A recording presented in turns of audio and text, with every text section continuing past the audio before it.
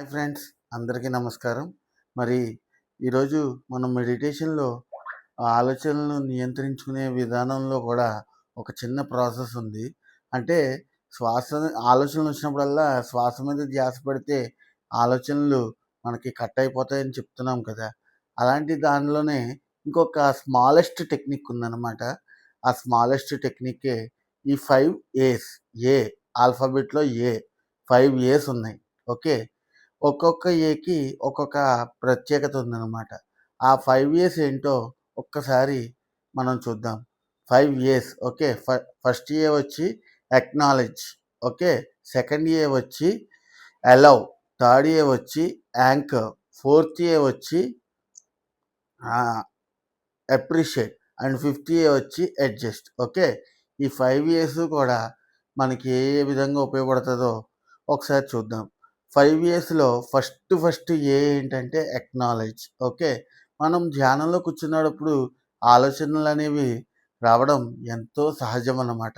ఎంత సహజం అంటే ఎంతటోడికైనా సరే, చిన్న పిల్లాడి నుంచి పెద్ద పెద్ద మహర్షులకైనా సరే ఆ ఆలోచన అనేది రావడం సహజం.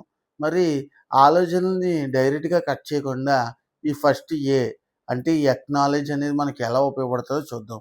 అక్నాలెడ్జ్ అంటే ఏంటంటే ఆలోచన మీద అవగాహన. ఈ ఆలోచన మీద అవగాహనని కల్పించాలి. అసలు ఈ ఆలోచన నాదేనా? నాకు సంబంధించిందేనా? నాకు ఉపయోగపడేదేనా? అని ఒక్కసారి ఆలోచనలోకెళ్ళి మనం మళ్ళీ తిరిగి శ్వాస మీదకి రావాలన్నమాట. అంటే ఆలోచనలో ఒక్కసారి ప్రయాణించాలి. పూర్తిగా కాదు. ఒక్కసారి ప్రయాణించి దీంతో నాకు ఉపయోగం ఉందా? లేదా? అనే విషయం అయితే తెలుసుకోవాలన్నమాట. అదే మనకి ఫస్ట్ ఏ. ఓకే. 5 ఇయర్స్‌లో ఫస్ట్ ఏ కాన్సెప్ట్ ఏంటంటే అక్నాలెడ్జ్ అనమాట. ఓకే. సెకండ్ ఏ వచ్చేసి అలౌ. ఆలోచనల్ని డైరెక్ట్‌గా కట్ చేసేయకూడదు. అలౌ అంటే ఏంటి? రాని. దాని దాని పని దాన్ని చేసుకొని రాని. నీలో ఆలోచన వస్తుంది. రానివ్వు, రానివ్వు. ఎంతవరకు రానివ్వాలంటే దాన్ని పూర్తిగా ఇంక నీకు మళ్ళీ ఆలోచన అనేది రాకూడదనమాట. నా మనసు ప్రశాంతంగా ఉండడం కోసం నేను ధ్యానం చేస్తున్నాను. ఈ ఆలోచనలు నాకెందుకు రావాలి అనే ఒక భయంతో కనుక మీరు ధ్యానం చేస్తే అది ఉపయోగం లేదు.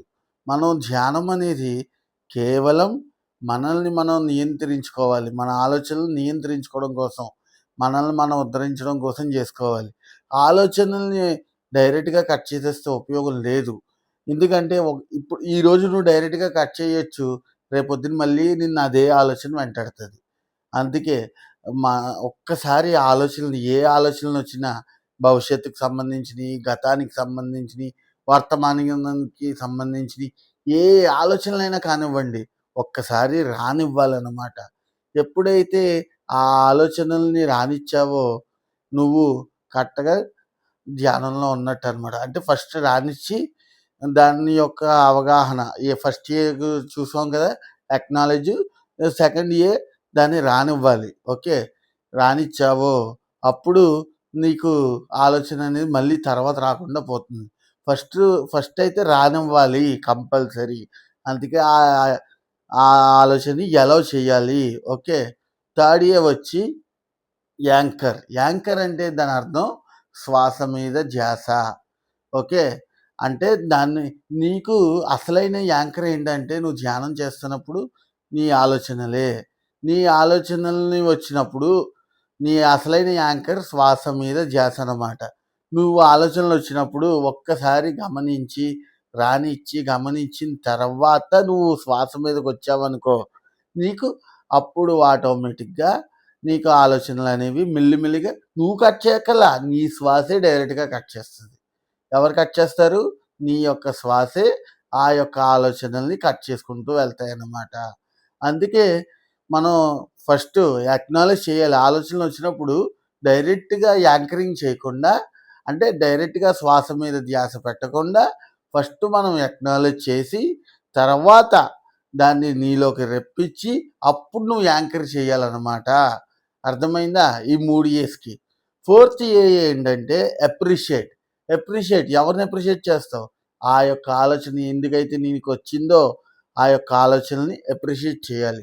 అప్రిషియేట్ చేయడం అంటే మన బాహ్య ప్రపంచంలో అప్రిషియేట్ చేయడం అంటే శభాష్ అని ఇలా చప్పట్లు కొట్టడం. కానీ మన అంతరంగంలో వచ్చే ఆలోచనల్ని అప్రిషియేట్ చేయాలంటే నువ్వు శ్వాస మీద ధ్యాస ఎంతసేపు అయితే పెట్టగలుగుతావో అంతసేపు పర్ఫెక్ట్‌గా పెట్టగలిగితే అదే దానికి వచ్చే అప్రిషియేషన్ అనమాట. ఓకే. ఫైనల్ ఏంటంటే అడ్జస్ట్. అడ్జస్ట్ అంటే ఏంటి? మనం బాహ్య ప్రపంచంలో అడ్జస్ట్‌మెంట్ అంటాం. ఏమని? అంటే ఇప్పుడు ఫర్ ఎగ్జాంపుల్ చెప్పాలంటే నువ్వు ఏదో కావాలనుకున్నావు. అది నీకు దొరకలేదు. సర్లే అని కాంప్రమైజ్ అయ్యి మూవ్ ఆన్ అయిపోవడం అడ్జస్ట్‌మెంట్ అనుకుంటాం కదా! అది కాదు అసలైన అడ్జస్ట్‌మెంట్ అంటే. నీ ఆలోచన ఎక్కడ వచ్చింది? అంటే గతంలో సంబంధించిన ఆలోచన నిన్ను వెంటాడుతూ ఉందంటే, ఆ యొక్క ఆలోచనని ఫస్ట్ అడ్జస్ట్ చేయడం కూడా నేర్చుకోవాలి. అంటే ఇంకా నీకు నాకు సంబంధం లేదు. నీకు నాకు నువ్వు నాకు రావక్కర్లేదు. నువ్వు నన్ను వెంటాడక్కర్లేదు అని చెప్పి నీ యొక్క ఆలోచనలతో నువ్వు ఒక్కసారి ధ్యానంలో కూర్చొని మాట్లాడుకొని దాన్ని అడ్జస్ట్ చేసుకుంటే ఈ ఈ యొక్క ఆలోచనలేవి రావు. అదే ఈ 5 ఇయర్స్ కాన్సెప్ట్. ఓకే. ఒకసారి మళ్ళీ కూడా చెప్పుకుందాం చూడండి. 5 ఇయర్స్ ఏంటంటే ఈ 5 ఇయర్స్ ఏంటంటే acknowledge, okay. Anchor, sorry, acknowledge, allow, anchor, appreciate and adjust. Okay. ఈ యొక్క 5 ఇయర్స్ మన నిజ జీవితంలో చాలా మారుస్తది. ఎందుకంటే మన పత్రిక సార్ చెప్తూ ఉంటారు. నీకు ఏ గురించి తెలిస్తే ఏ గురించి చెప్పు, బి గురించి తెలిస్తే బి గురించి చెప్పు, సి గురించి తెలిస్తే సి గురించి చెప్పని. ఆయన చెప్పింది మన ధ్యానంలో ఎంత నేర్చుకున్నామో అంతా తీసుకెళ్ళి చెప్పాలని. అంతే తప్ప ఎంత అంతే గాని నిజంగా మనకు తెలియని విషయాల్లో ఎళ్లి దూరి మాట్లాడామని కాదు. ఓకే. మనం ఎంతైతే నేర్చుకున్నామో అంతే. అలాగా మనకిప్పుడు ఏ నుంచి జెడ్ వరకు అనేది కాన్సెప్ట్ ఎందుకిచ్చారంటే, ఏ నుంచి జెడ్ వరకు కూడా మన ధ్యానంలో మనకు ఉపయోగపడే కాన్సెప్ట్స్ ఉన్నాయి. ఈరోజు అందుకే నేనొచ్చి మీకు 5 కాన్సెప్ట్ చెప్పాను. త్వరలో మీ ముందుకొచ్చి 5 బీస్ కాన్సెప్ట్ చెప్తాను. ఓకే. 5 బీస్ ఉన్నాయి, 5 సీస్ ఉంటాయి, 5 డీస్ ఉంటాయి. అలా ఏ నుంచి జెడ్ వరకు మంచి కాన్సెప్ట్స్ ఉన్నాయన్నమాట మనకి. కాబట్టి ఫ్రెండ్స్ ఈరోజు 5 ఇయర్స్ కాన్సెప్ట్ చెప్పాను.